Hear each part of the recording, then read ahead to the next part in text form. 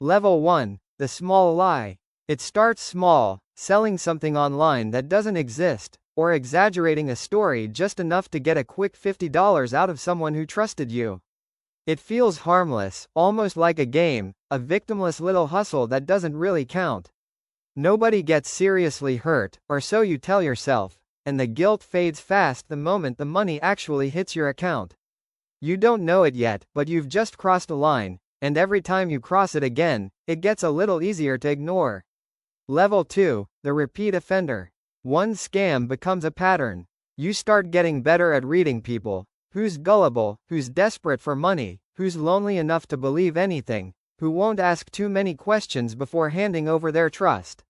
You start running the same small con on different targets, refining your script a little more each time, learning exactly which words make people let their guard down.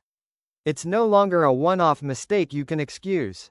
It's becoming a skill you're actually proud of, whether you admit that to yourself or not. Level 3. The online operation.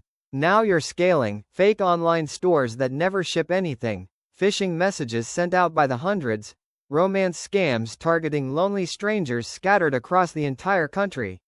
You're not looking victims in the eye anymore, which makes all of it easier to justify, easier to distance yourself from the damage you're causing.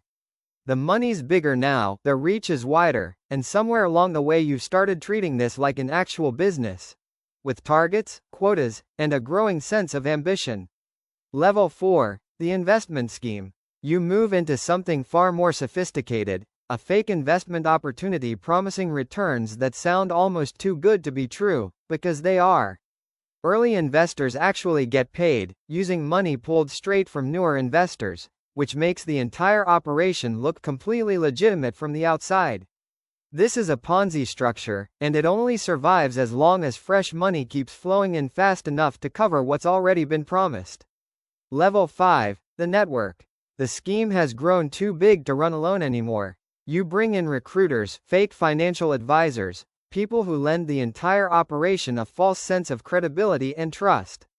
Victims aren't just random individuals anymore. You're pulling in retirement funds, small business owners' life savings, people who handed over decades of hard work because they believed every word you told them.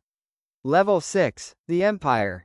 Millions of dollars are moving through your operation now, more money than you ever imagined touching. You've built fake credentials, a polished public image, maybe even media appearances where you sell your success story to people hungry for the same results. From the outside, you look like a legitimate financial genius, someone worth admiring and trusting. Underneath all of it, it's still built entirely on money from people who will never see a single dollar of it again. Level 7. The collapse.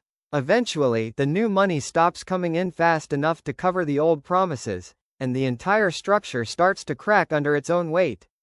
Victims start asking questions, then filing complaints. Then federal investigators start circling an empire that suddenly can't hide anymore. The empire that took years of careful lies to build collapses in a matter of weeks. You go from magazine covers and success stories to a federal indictment,